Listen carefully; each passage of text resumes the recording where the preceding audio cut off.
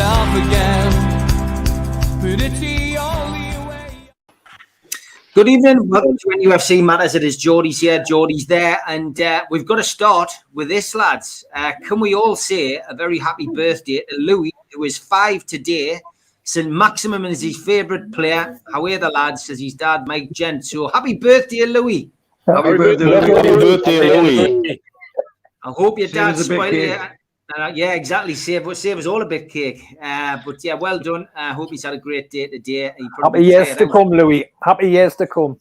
Yeah, we hope so.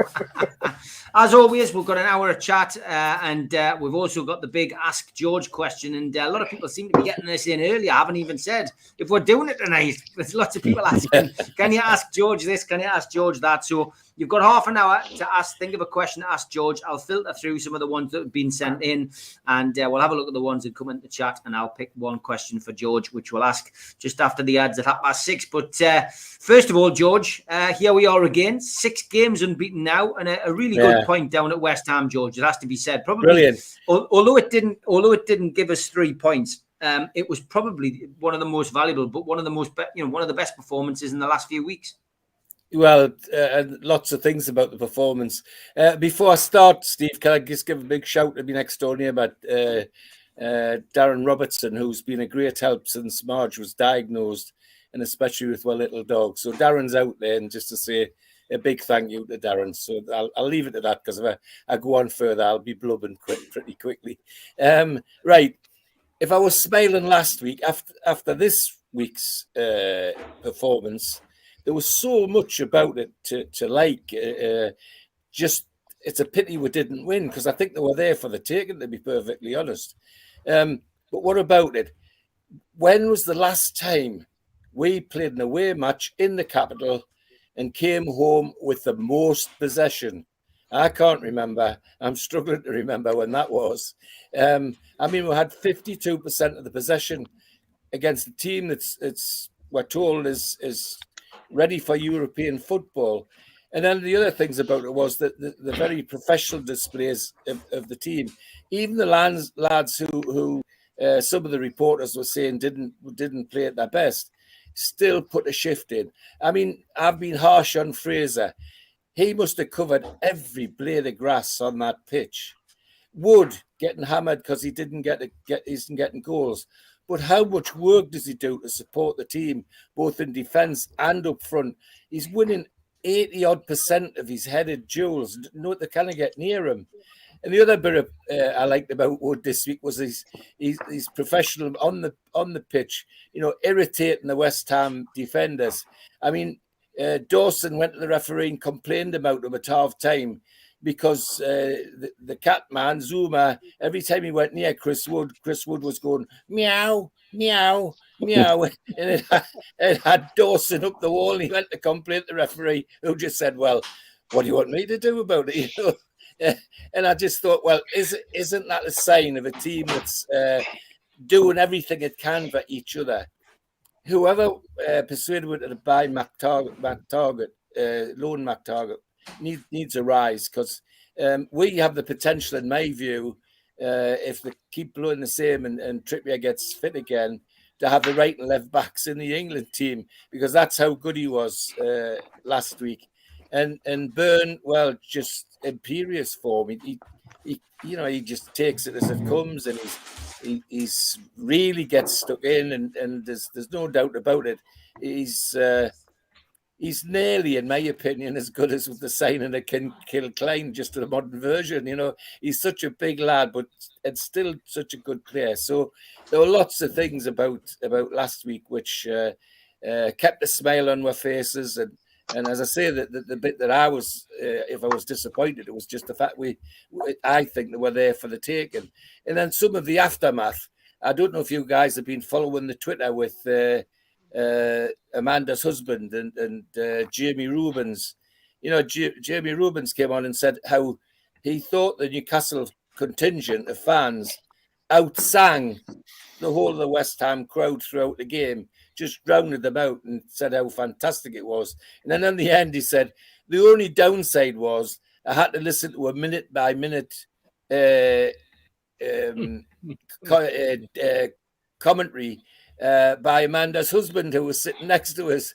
And then Amanda's husband comes back on and says, well, I hate to worry you, but I've got a video of the match on my phone, and next time I see you, I'm going to go through every minute again, over and over again. And I thought, how great that these two guys, so important to our club, can have cheeky banter, just like two fans, ordinary fans. And all of that for me augurs well for the club generally and supporters particularly, because it's unusual and it's nice, and it's frankly what Geordies like. It's what we are like, and they're being they've picked up on it exactly straight away, in a way in which needs to be mentioned, needs to be thanked, and long may it continue, is what I say. And the Brentford manager Frank said that when he was questioned about the game this weekend, said, well, Newcastle would like to be in our position. I know they would. Well, don't worry, Frank. After Saturday, I think we'll not just be in your position, we'll be one above you. So that's where we're going, buddy lads. So great week for anybody that's a real fan. Yeah, 100%. Mitch, all of that was done without ASM as well. That was a little bit of a shock, I think, to most of us, and we were all fearing the worst with Trippier not being in. But to lose your other attacking option with Callum Wilson obviously still sidelined was a big shock. But more credit again to the lads who found a fantastic team spirit, it has to be said. Absolutely, and good credit to everybody who worked so hard, and it just shows the absolute difference that Howe's made in that squad and the time he's been. Yeah. You know, even though I wish that the Meow thing was true, I gather it has been totally debunked, unfortunately. It would have been another example of just that little bit of shithousery running through the team that I love. And I think bring it on, the more the merrier. And I think everybody deserves credit for the shifts that they put in. I agree with my dad. I wish we could have won it, because I think we had the ability to win it. We certainly had the better chances. Yet, if you listen to the pundits post-match, and in particular Hairy Hands and his mate over here, we've been really lucky to come across 6 teams in a row that have been slightly off form, according to, the way it's being reported. Well, do you know what? There's 2 teams play the game, and the other one might be off form because we're making them that. And that's what it looked like to me. Bar maybe it's a 10-minute spell. But they're the home team that's supposed to have spells like that. We keep being told, by everybody that they're off to the Champions League, the Champions League potential, this lot, they're desperate for it. And yet they didn't look Champions League at all playing against us. We made them at times look quite ordinary. And when you think we've got players injured, players who are going to come back into the equation towards the end of the season, hopefully. ASM will be back at some stage quicker, no doubt. I suspect we're looking at 2 weeks for him for one reason or another. And we'll just have to let that happen and let Howe deal with anything and everything and keep the positivity going. Let's keep that togetherness, that positivity, that ability to fight for each other that was shown going. And we play as a squad. I think some of the stats that have been coming out about even people like Murphy being top of the tackles per 30 minutes list. I mean, he's only played about 40 minutes of game time. But for him to come into that and put that kind of work rate in is crazy, and that shows a motivation. That motivation wasn't in that squad until Howe's come along and got hold of them. And I think he deserves far more credit than he's getting. Because the easy answer, again, for lazy journalists, they're just buying their way out. Well, you know what? Somebody's got to put that team together and make them fight to get out. And that's what we're seeing. And long may it continue for me. Yeah. Long may it continue for me as well. Steve Wilkinson, it's really unbelievable, isn't it? The position we've got ourselves into. And, Eddie Howe and his backroom staff really do need to take some credit for this. Very much so, and I think what we saw on Saturday was again continued improvements of Joe Willock in his play, and obviously getting a goal, which I'm hopefully will give him more confidence, and maybe he'll get him a run like he did last season and score some more. It was great that he was getting into the box. There was more than one occasion. Obviously, he got in and cleverly flicked the ball in off the post, but there was more than one occasion where he was getting into the box. and which is what we need. And I think there was a lot of times early on. I think that Joe Linton got in and nearly scored as well. That was another chance we had. I think that it looks as though they're trying to do that more so. There was a few sort of skirmishes in the goal mouth area where we had, the ball was ricocheting and we had somebody there, and that's something that we've missed in the past. When we've been going. The other person, and again, I think it probably credits to Matt Targett, is the lack of appearance of Gerard Bourne in that game. Apart from the one time when he had the shot that Bravka tipped onto the bar. I hardly saw him after that. And all the games you've seen West Ham in lately, he's been pretty dominant. He just wasn't in the game. And I guess that again gives credit to Matt Targett on that side. So I think I thought it was actually a better performance than we'd seen in the 3 games before that, the ones we'd won, because one in West Ham were higher up the league, but it was away. And as we've had in the weeks coming up to now, again, I cannot see how we can change any of the mid-3 to put Bruno in on Saturday. Yeah, it's a conundrum, which is a welcome one. Any manager would love those kind of decisions, and one we didn't see coming. I mean, Steve Hasty, the fact that Shelvey and Shaw have now both been earmarked for potentially new contracts, again, is a massive turnaround from where we were, only a matter of months ago, because their performances have certainly warranted it. Shelvey has stood out in that midfield. He's really taken the bull by the horns, and even his interviews have put across a different personality, to him. It's an amazing U-turn. And I've seen a lot of people questioning it about, those 2 in particular being offered contracts. But I guess it's a wise move because, we can't get too carried away. We are still in a relegation fight here. If the worst happened, those are the kind of players you're going to need to get out of it if we end up in the Championship. So it's not as daft as it sounds offering those 2 new contracts, I don't think. No, absolutely not. I think the first thing to notice is that it's a great indictment on the quality of the man management that we've got coming out of Eddie Howe in terms of being able to take 2 players like Shaw, who wasn't, for example, getting much of a look in under Steve Bruce and seemed a bit demoralised. And then, obviously, we all know with Shelvey, a player who can play marvellous one game and then have 3 shocking games the next, or doesn't seem interested, gets all sorts of comments made about body language. We've seen a totally different side to those players, and that's because perhaps the management that they've got behind the scenes within the coaching staff and with Eddie Howe is totally refreshing to what they've been put up with over the last 2 years. In terms of a new contract, well, you've got to look at it 2 ways, haven't you, Steve? One is the players are in form, they're looking good, they're playing decent football, so they've got a value. They've got a value to us as players next season. They're earning a new contract, but at the same time, with a new contract comes the opportunity for, and because they're in form, if they did need to be sold or there was somebody came in for them, they have a value to us. So it works both ways. It works for the club and it works for the players.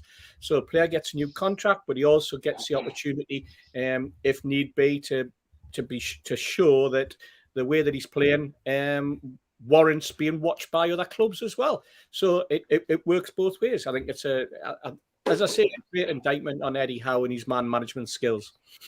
Yeah, no, it certainly has been. Al Walid, it's been a very important week in Saudi Arabia. Tell us about it. Yes, it was about Foundation Day yesterday, and we all were a celebration with our Saudi national custom, and it was really a great night. And hopefully, I know it's maybe 5 months already for the takeover, but I wish to see a lot of Geordies in Riyadh and Saudi Arabia soon to celebrate with us these holidays and to see our country live. Yeah, I mean, congratulations. It was a busy day on Twitter. I saw a lot of people wishing people in Saudi all the best, which was fantastic to see. This is an interesting one for you, Al Walid. James has put this question on. Is it true that PIF is buying 25% of beIN Sports? He says, if so, I wonder if this will force the Premier League to back off Newcastle since they're making money off broadcasting rights from behind. So is there any rumours circulating in Saudi about this?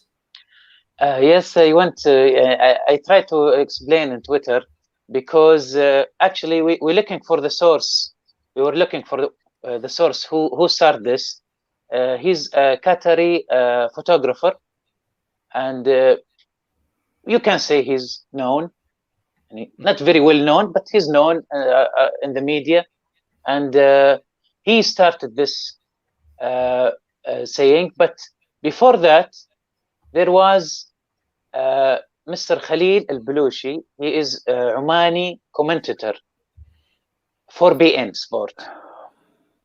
And he put a tweet, Saudi flag to both purple hearts, which it means Saudi to purple. Purple, it's symbol for BN, as we believe. It's for BN. So a lot of people says either it's Saudi commentator will move to BN Sport as long time ago, before the political issues. So no, a lot of explanation for this. But Khalil Balushi, he's the one who started with this tweet. After this tweet, this photographer, whose name is Abdulaziz Umar, he said this particular percentage and BN something. Also, rumors talk about Saudi League will be televised in BN Sport. So these two, this could be anything. So if we want to understand something, there will be a cooperation. But is it small cooperation? Is it just some commentator to comment on the games and that's it? Maybe something bigger. So still unknown. Also, I was reading and searching. He mentioned something happened in April, but we didn't know what he mean. Is it April Fool, or is this is really true? But also some sources in some Saudi Arabia, they deny. So we are not really sure, but there is I think there is some kind of cooperation. Okay, good stuff. And just your views on the way that the first team are playing, the way that Newcastle are playing, Al-Walid. It must be pleasing for you, 6 games unbeaten. It must be enjoyable for the Saudi supporters club going to watch a winning team these days. Actually, yes. And I have a WhatsApp group and Telegram group, which have more than 200 person, and they are just, I think, 24 hours. They are talking and discussing Newcastle situation from all aspects, and they still, if you can say, they are not very happy. They want more. We want to smash teams. We want scores. Really, yes. We especially. I know we are not unbeaten 6 games, but we really want. And for example, Brentford game, we really want to really win this over, really. And a lot of question I receive about Saint Maximin, because Saint Maximin is much loved now among Saudi fans. Yeah, great stuff. Okay, question came in there about Kraft Stew. He gave away the free kick, which led to West Ham. West Ham's goal. He got a lot of stick on social media. Was he really that bad, Stu? I mean, Manquillo was out, Trippier was out. Kraft is a right back. Was he getting undue criticism, do you think, after the weekend's performance? Definitely. Trippier we all know he's not just a top quality player. He's a leader. He's a talisman. He sets examples with his abilities, professionalism, his commitment, desire, his fitness, etc. And whoever was going to replace him was on a hiding to nothing. And all of a sudden, the Manquillo, I know he's been getting grief, and all of a sudden, no, we'll play him. Not Kraft. It's as if we've got to have someone where we need to criticise. It's been Kieran Clark before that, Lascelles before that. And, I don't know if it's a mentality. We've always had it, even when we had the entertainers. Warren Barton was guilty, or not guilty, but victim of it. I thought Kraft, he's not Kieran Trippier. But you take the best player of any team, and the next person's not going to be as good. Otherwise, they'd be in the team in the first place, wouldn't it? And that's the whole idea, especially as someone of his ability. But I thought Kraft was adequate. Thought he was steady. I thought more than adequate, to be fair. And he's quite clearly not the long-term answer. But with the squad we've got, we don't have a luxury of bringing in an international, well, he is an international, but a replacement that is equal to Kieran Trippier. So, the lads play the game. He might have to play again on Saturday.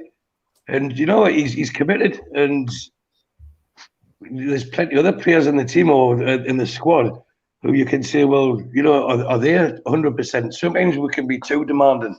And my personal opinion is I thought Kraft had a decent enough game and he gave his all. And that's what we ask for, or that's what we claim to ask for. But if I look like or seem like I'm in a bad mood, it's because I am. And it's the comment that Tom Dixon put on at the start. Not blaming Tom, it's not his fault. He put on about the fixture rescheduling, and as you know, I'm flying over in April, and the idea was to take in 2 games. Now, the Friday I'm flying in, April 8th, it's my birthday. So, and I've got my son coming over from Tenerife, and I was going to have like a family day at the Wolves game on this Saturday the 9th, and that's why I was thinking if it was going to get changed, it'll get changed for the Sunday. And then the week after, just the lads for the Leicester game, and then back. Well, according to what Tom's put on there, the game's on the Friday night at 8 o'clock. I don't even get into the airport. The plane doesn't land until about 7. So I can't get to that one. So not happy, but that's Sky.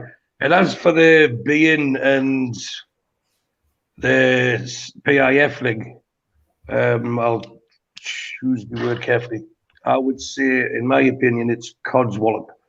The figures that we're touting about, you're talking... we're speaking to Steve and Mitch about it earlier this morning, and you're talking that would value beIN Sports at £40 billion if the figures that were quoted on that tweet. £40 billion, get your heads around that, for a sports company in the Middle East. So their 25%, they said it was going to be 50 billion real, which is 10 billion, well, just roughly 10 billion pounds. Do you not think Saudi would make their own TV channel, sports channel, with even half of 10 billion pounds, buy the rights when they come out again, and then create it? Now, there may be a link where they can play, they paid the fines, etc., and they're allowed beIN back into Saudi Arabia, but it would make financial, economic, and geopolitical sense to have Saudi games on beIN Sports. But that doesn't mean they're buying them. It's especially at that price. You know what I mean? These people are like very, very shrewd businessmen. Go, Rich. It does sound like a softening, though. There's something happening, which is a softening of relations all around. And I suspect that will be with the World Cup in mind, because it's quite clear to us in the region, once that World Cup winds around, Qatar are going to need a lot of help. Right. They're going to need a lot of help. They will, especially for hosting fans, because you can't have it. And the people who are flying to Qatar for games are wealthy people. You have to be wealthy to travel that far and go to the World Cup games and stuff. So they're not going to want to stay in tents, etc. But you've got Bahrain, it's a 20-minute flight from here to Qatar, but there's no flights on. But there will be flights. There's plenty of hotels here, same as in Dubai. So the region will have to come together and help. And they can all negotiate that. We looked at freight costs as well, didn't we? Yeah, it's mischief. It's mischief, because we all know that you can't have a football club owned by someone who owns 25% of a broadcaster. So exactly. We had this with Sky with a 9.9%. Way back at the start. It's mischief. It's somebody. It's somebody for 10 billion quid. However, something that you started off with there, Steve, regarding Chris Wood. What I can tell you, I know he's very popular with the players. And he's meant to be a proper hard, like the original hard man. Like if you think back, it's like the Billy Whitehurst and stuff that we've had over the years. But he's got a good sense of humour with it. And I'm not bothered if he doesn't score. I'm more frustrated about our fans for getting on his back. If you remember when Peter Crouch went to Liverpool and he didn't score for 15 games or something, and the fans all rallied round him and supported him. Why shouldn't we be doing that? Because we're unbeaten since he signed for us. And he keeps us further up the pitch. He does a lot of unseen work, and he's playing his role in the team, and he's settled in very well. And I think it was what Mitch was saying. We've spent money, but Everton has spent a lot of money, and they haven't progressed. They've regressed, haven't they? So the money has to be spent wisely with the right type of players. And Eddie Howe is very good at forming like a siege mentality. He did it at Bournemouth. They overachieved for ages. And I think we've got to look at the newfound belief and confidence in this team, and the fact that everyone, and when I say everyone, I mean fans and players alike, are looking forward to the next game. In the past, in the not too distant past, we've been watching games as a chore or as a duty, not something that we've really looked forward to, and we're all really, well, I can't wait for the Brentford game. So I think you've got to give credit to Eddie Howe and his team, and the fact that he's been allowed to do it by the people above him, and they've had enough faith and trust in him to do so. So with that, I've answered the being question. I think Chris Wood's doing a great job, and I don't care if he doesn't score. I don't, because as long as he keeps doing what he's been brought in to do, but I'm sure he will score. So let's have him first goal on Saturday and shut everyone up. Alwaleed, you wanted to make a quick point about the TV rights. Yes, about the percentage. It's not sure. It's 20. Maybe the numbers are not accurate, but there is a big important matter that we read that in Spanish rights, Spanish Cup rights. Maybe something in the near future will be separated Saudi Arabia from Middle East in those rights. If this has happened in near future, beIN Sport will be in trouble, because majority of subscribers are from Saudi Arabia. So that's why we think, or most of the media think, that it's going to be some cooperation, some kind. Okay, it's time for the ads. Thanks to all our sponsors. First up, Spider VPN. For all your internet security, Google Spider VPN. They are the boys to trust. They come up at the top of the Google network search. Thanks also to skipsandbins.com. Telephone 0800 25 45 25 3. Email inquiries at skipsandbins.com. Website www.skipsandbins.com. Easy, contract free, and pay as you go. Waste collection. Thanks also to L&G Family Funeral Directors 01913897245, and to Garden of Healing Dispensary, CBD hemp and cannabinoid specialists, www.thegohd.com. Thanks to Arcot Interiors. You can Google them and they come up at the top of the search list also. You can also find them on Heaton Road, and they are currently hiring and looking for fitters. So contact Arcot Interiors if you are available to help them with that particular trade. qtechshop.co.uk are the makers of pool tables and snooker tables in Wallsend, Newcastle, and also the guys who run our website. Jab Signature, you can find them at jabsignature.co.uk. Thanks to Media Arts for all of our video editing. And thank you to newworkwear.com, the specialists in the supply and branding of clothing for the workplace, for providing me with my new jacket. And if you want to subscribe to the show, hit the Newcastle Legends logo in the bottom right-hand corner and you can subscribe for free. We still do 7 shows a week, and we do some true crime stuff as well. Hit the thumb up under the video to like the video, click share to your social media, and drop into the comments box to speak to like-minded Newcastle fans or to leave a question. We're also available as a podcast on iTunes, Spotify, and other podcast providers. If you put your phone over this QR code, it will take you straight to our website and you become a Newcastle and UFC Matters member. You get a cup, you get a pen, you get a scarf, and entered into our monthly draw where you can win some fantastic prizes. We also do live events, and each pre-match and post-match you can find us at the Dog and Parrot, and Super Mac gives us a talk about the game ahead. There is good beer, and there is good music, and there is a pool table, and kids are welcome. So get yourself along to the Dog and Parrot each match day in Newcastle City Centre. We also support the food bank on this channel, nufcfansfoodbank.co.uk. You can find the Matchday Bucket, which is operational 365 days of the year, and you can make a virtual deposit. If you want to find us on Facebook, then just search NUFC Matters. We have a page and a group. And if you want to follow me on Instagram, search Steve Wraith. And if you want to follow me on Twitter, search @SteveWraith. Okay, it is time for Ask George.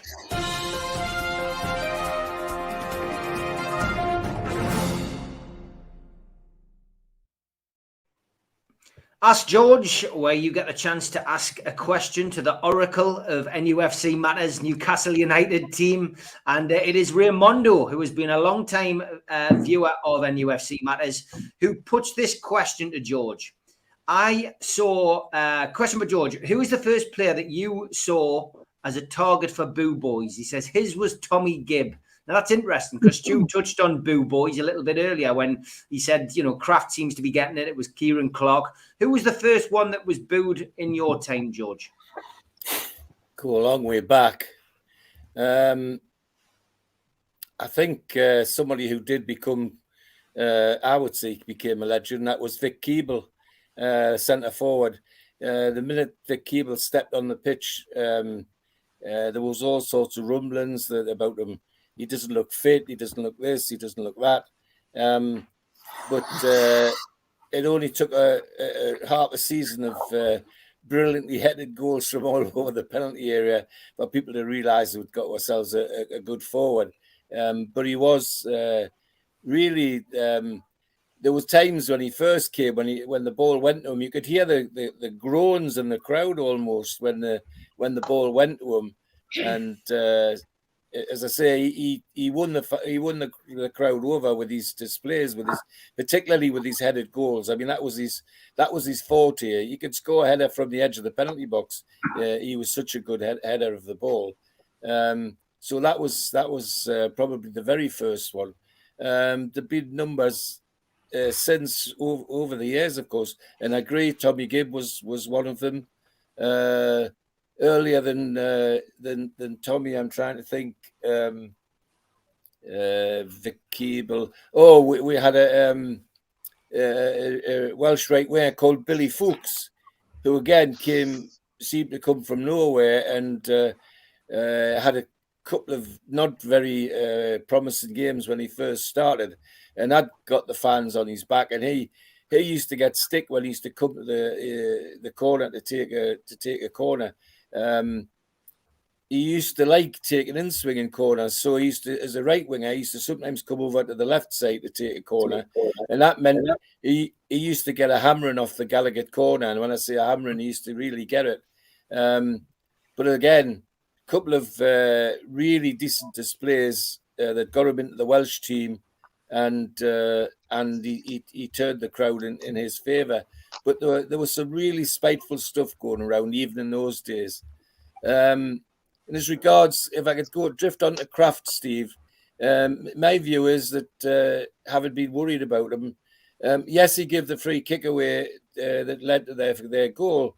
But when the free kick was taken, where were the rest of his defensive colleagues? He didn't let the ball in. Yes, he gave the free kick away, but apart from that, he really did better than he's done for quite a while. So, and if you look at the sort of marks he was getting in all the papers at the weekend, he never got lower than a 7 off anybody, so which isn't bad. I mean, when Dummett plays, the Chronicle always seems to give him a 7 every game, and nobody bats an eyelid. Well, if Kraft was getting 7 with all the others, then it suggests that people didn't think he was too bad, actually. And I honestly don't think he was too bad.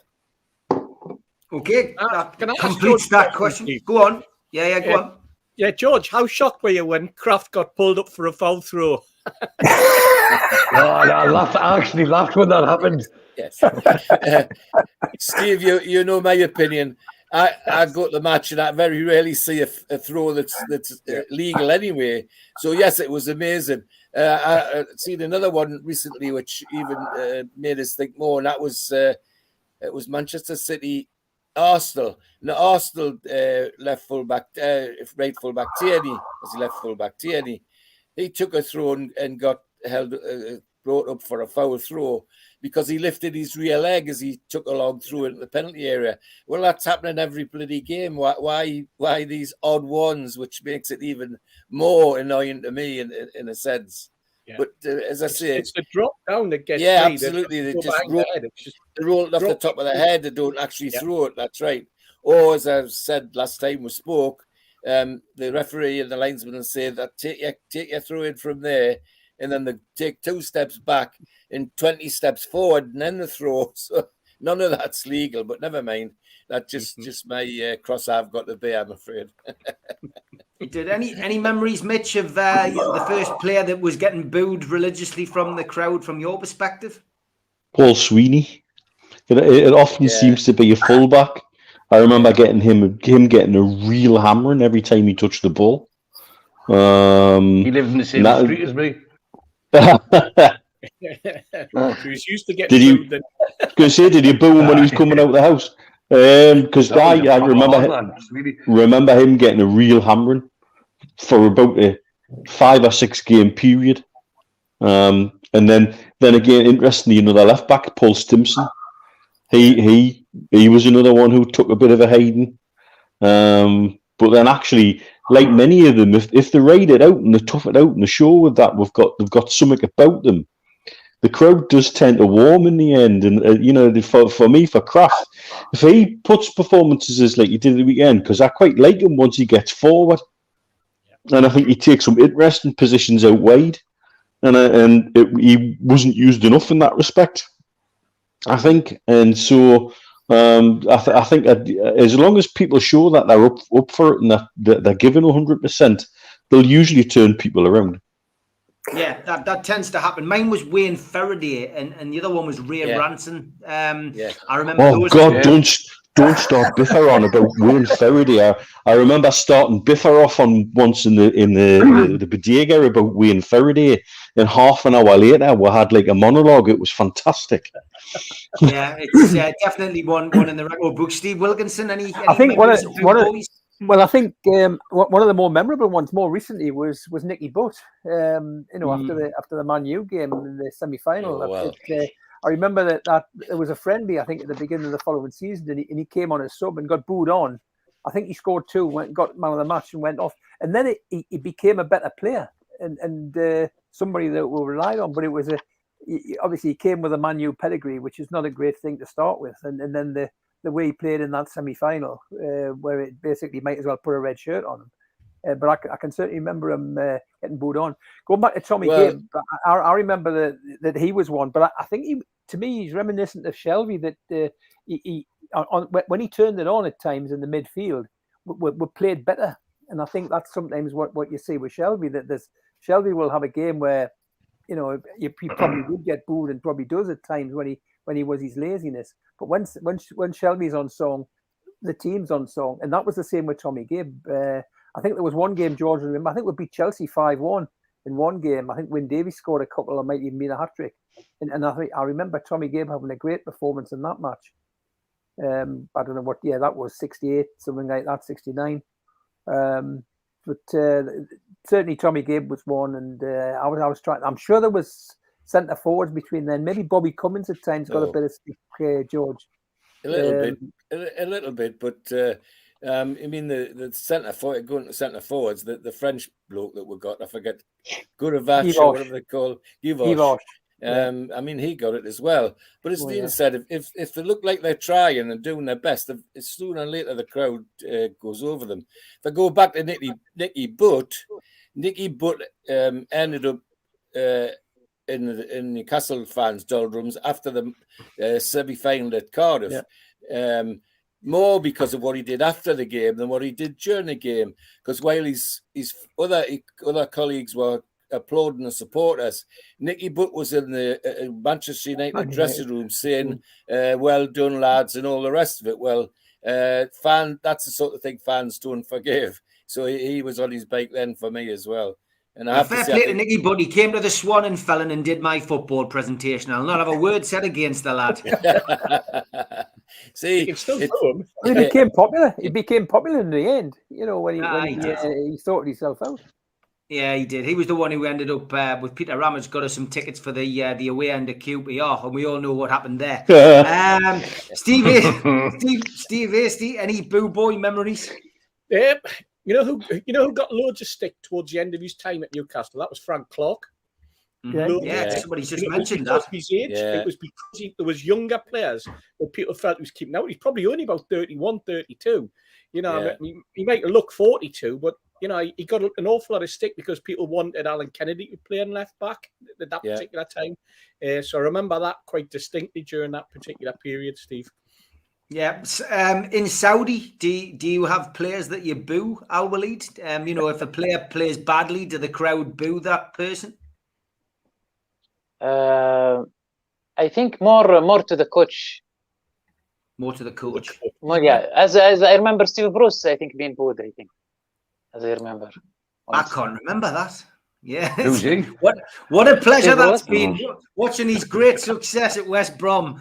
It's funny, I was speaking to Steve Gibson's daughter today, Victoria, and she was obviously talking football, talking about a couple of other things. She's a fellow thespian. And we had a right laugh about Steve Bruce and what was going on. But yeah, happy days. He's certainly proven that we weren't imagining that he's not a very good manager. Did you see his comment on Sky after last night's game? He was saying it was difficult to get the players to change from the way they'd been playing for a while.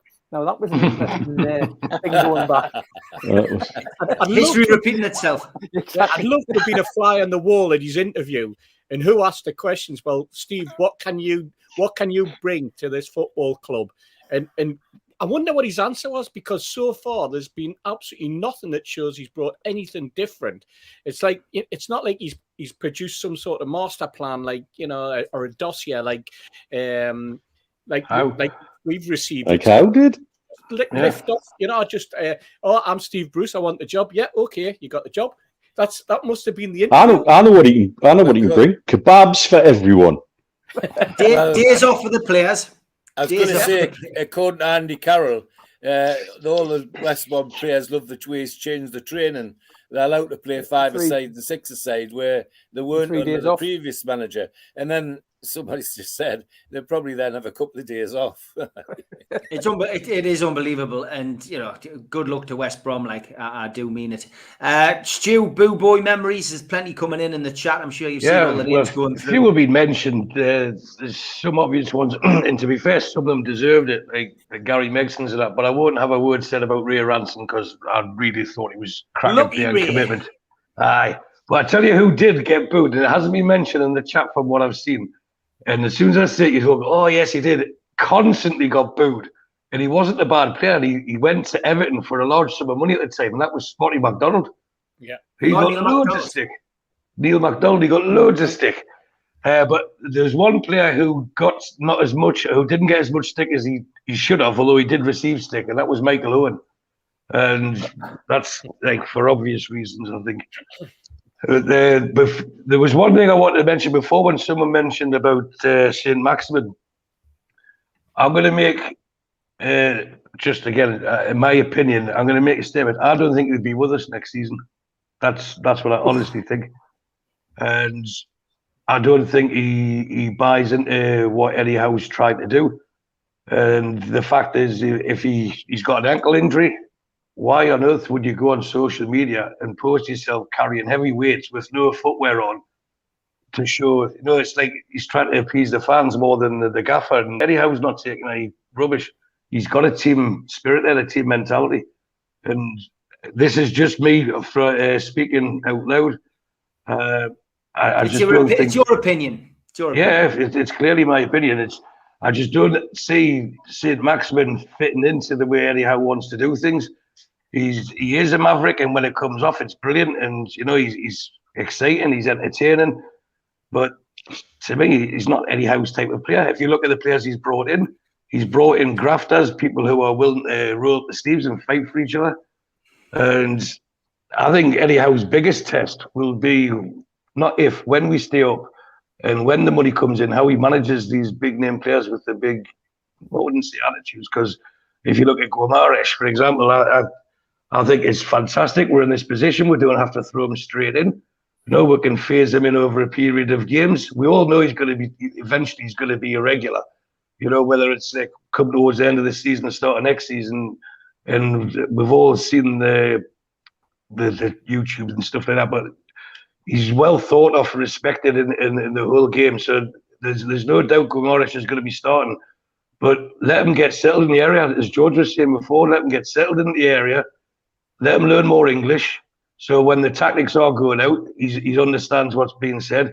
And I just think it's marvellous that we don't have to rush him in. And what him sitting on the bench has done, look what's happened to our three in midfield, how they've raised their game, how they put in performances that we haven't seen of them for, well, some of them we have never seen of them before.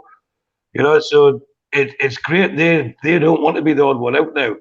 And that's all part of the team spirit, and they're all getting along. So the reason I just mentioned ASM is because if he has got an ankle injury, he shouldn't have done what he's done. That's just me looking from a managerial perspective. I would be annoyed with it, more than annoyed. The fact that he's posing with heavy weights and no footwear on, you know, I just think what we want is someone who's going to fill that role. Murphy did reasonably well on Saturday, same as what Kraft did. They're not as good as the people that replaced, but we're in a position, once we stay up, to buy players who will roll the sleeves up, Man City style players like Kevin De Bruyne. They come with no egos.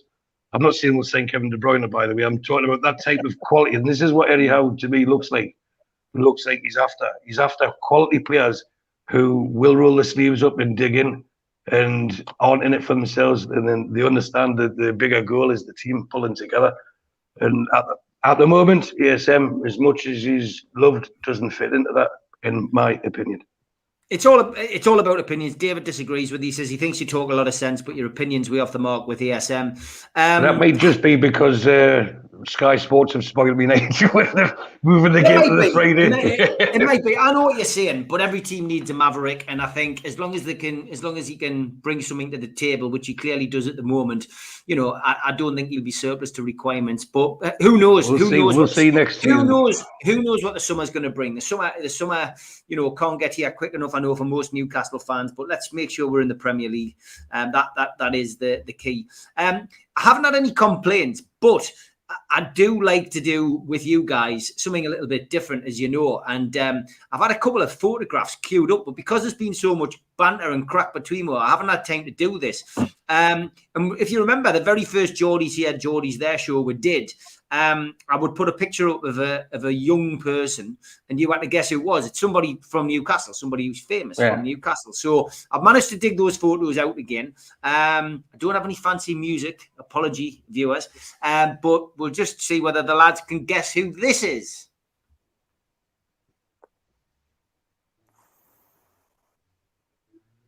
Shearer? Alan Shearer? It's not Shearer.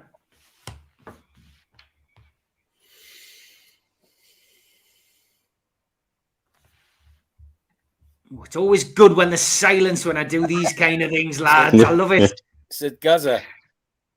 It's not Gaza, no. The Trippier.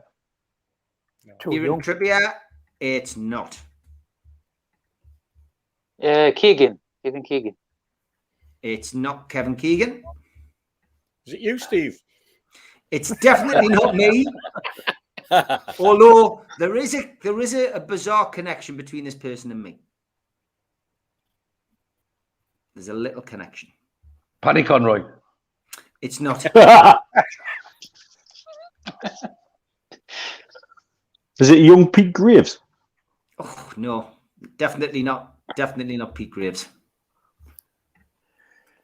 I can see it in the eyes. He's a superback.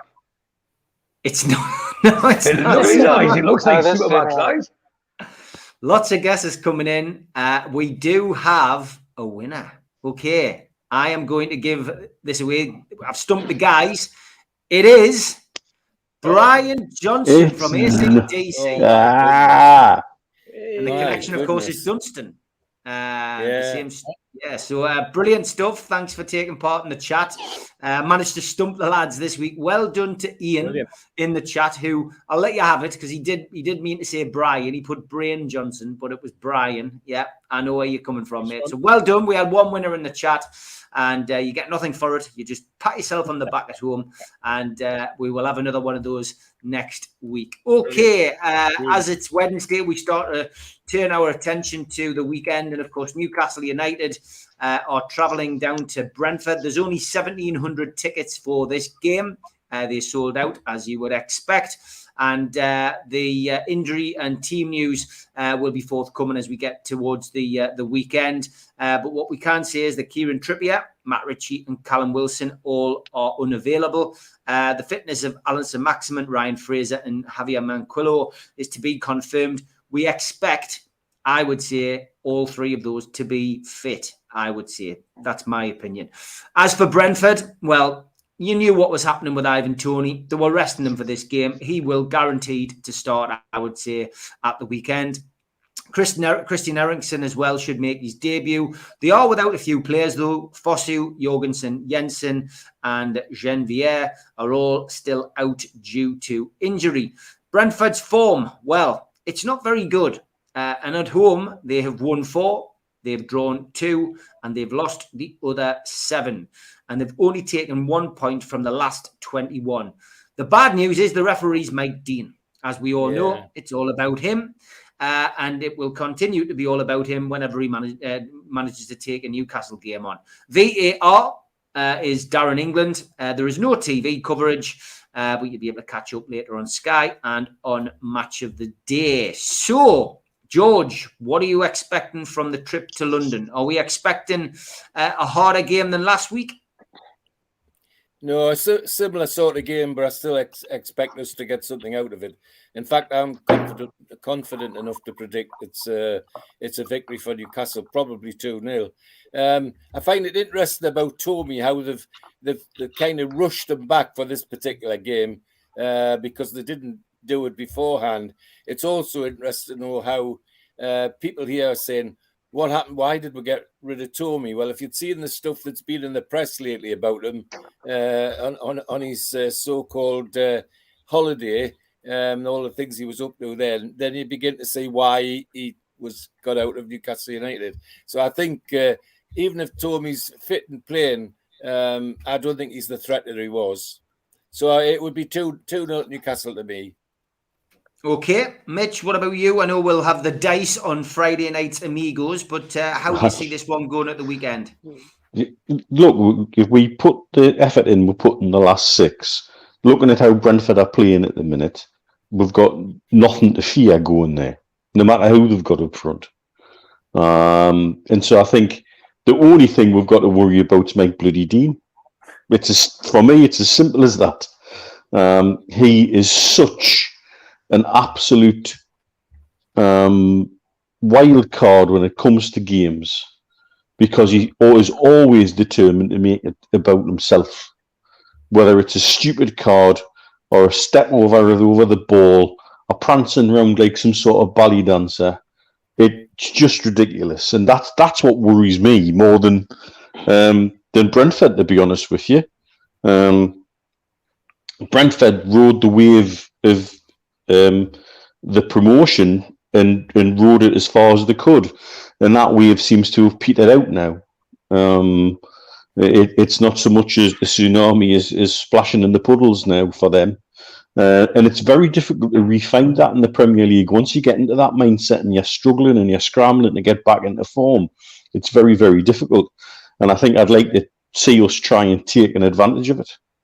And if anybody can help our Joss out with a ticket, he'd be eternally grateful. He had a very good time at West Ham. He even won the domino card on the coach, and I've got to say domino cards on the coaches have changed these days, rather. But he said he had a good time nonetheless. So if anybody can help him out with a ticket for the weekend, give him a shout on Twitter. Okay, and Steve Wilkinson, your thoughts on the game ahead of the weekend? Yeah, well, I'm looking forward to seeing the form continue and probably improve. I think they'll have been lifted by the result on Saturday, and expect them to go into this game with the same, probably even the same team. Again, we question whether Kraft's the right one, but I don't think if he's the only change, is it good for morale or for him? Same, we might need him going forward. That he'd be the only one you might change. I wouldn't be surprised to have the same team playing on Saturday and playing with the same fight, and I think we can actually win this. I'm with George in saying I think it'll be 2-0, and I'm hoping that Wood will get his first goal, and that'll get rid of that bogey that is where the stick is building up for lack of goals. But I think he's putting a good shift in and certainly helping us to get the ball further forward. So I'm optimistic for Saturday. Okay, same optimism from you, Steve Hasty. Yep, same optimism. What I find fascinating is the rest of the games that are playing on Saturday. Obviously, tonight we've got what would have been a Saturday game or a weekend fixture with Leeds playing Liverpool. But okay, we've got Brentford away, but you've got Brighton who are playing Villa. You've got Palace at home to Burnley. You've got Man United at home to Watford, and you've got Everton at home to Man City. And you look at those fixtures and you go, you know what, a win for Newcastle, and if the results go the way that you would expect on form with the other games, it could turn out into a fantastic weekend for us. And that I think it will. I think that at least 3 of those fixtures will go our way as well as our own. And I see the same sort of attitude. The only thing that I would be looking to see an improvement on, if it is sort of an improvement, is in Howe's sort of game management towards the last 10, 15 minutes. I'm still not too sure what he does with his substitutions. Whether he just desperately wants to keep the same team all the way through all 90 minutes. There were players I thought that were blown a bit. In the last 15, 20, and I don't know about the rest of you, but I was shouting at the TV that certain players needed to come off. Eventually the substitutions were made. I'm not saying that was to bring Bruno on. I'm saying that I thought there were players who really, really looked as though they were just starting to struggle. Murphy was one of them, for example. Done his shift. And I'm always conscious, especially when we've got 6 players out injured, that we could just push 1 or 2 of our players that little bit too far in the last 10, 15 minutes of a game, and then get an injury because it's the lack of game time in the first place that gets them into that sort of lack of fitness rut, if you like, and then that's when injuries become a stronger possibility. So that's the only question that I had of last week that now gets me, thinking. But I thought attitude-wise, I thought every player was superb, and I expect the same this weekend. Bring it on. Bring it on. Walid, your views on the game at the weekend? With all good performance of Newcastle, we're still in 17. So I saw the standing table. If we win, I think we will going to be in 14, which is going to be a huge step for us. Regarding Mike Dean, okay, so we will not get any penalties, but I hope we can be smart in contact with the players. I wish Bruno, if Saint Maximin not to play, I wish if Bruno play, even if in Saint Maximin plays position. And I think Chris Wood, he will make his first debut in this game. Okay, and Stu, is it a 3-1? Well, yes and no. I've put a £12 bet on 3-1 at 28. 12 pence. 12 pence. 12 pence, yes. Sorry, 12 pence, yeah. At 28 to 1 today. But the more I think about that's out of chore and duty.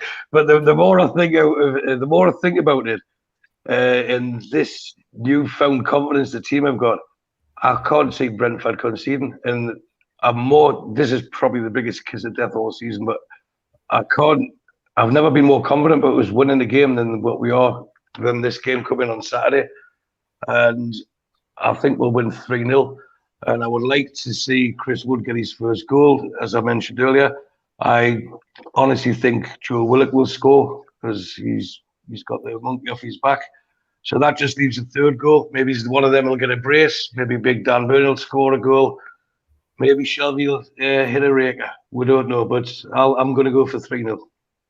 Okay, it's a little change there, but it's a welcome one.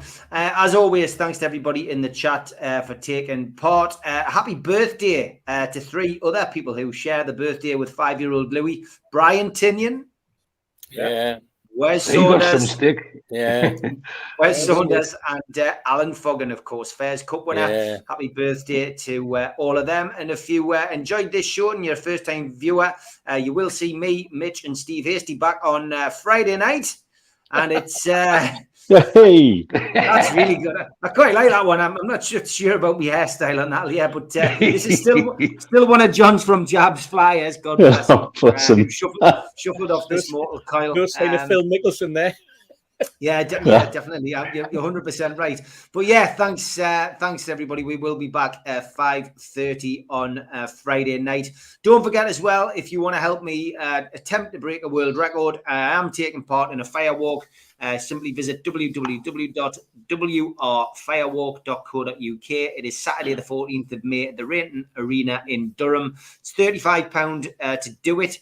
I'm doing it as part of a team, and you can join the team by entering the code NUFCM at checkout. And as some of you will have seen on social media, the Alan Shearer event is now up for sale. Tickets are selling very, very quickly, as you would have imagined. So get yourself onto the 260dinner.co.uk to buy tickets for that event. Lads, been a pleasure as always. Take care. I'll see you next week. Cheers, everyone. Everybody. Cheers, everybody.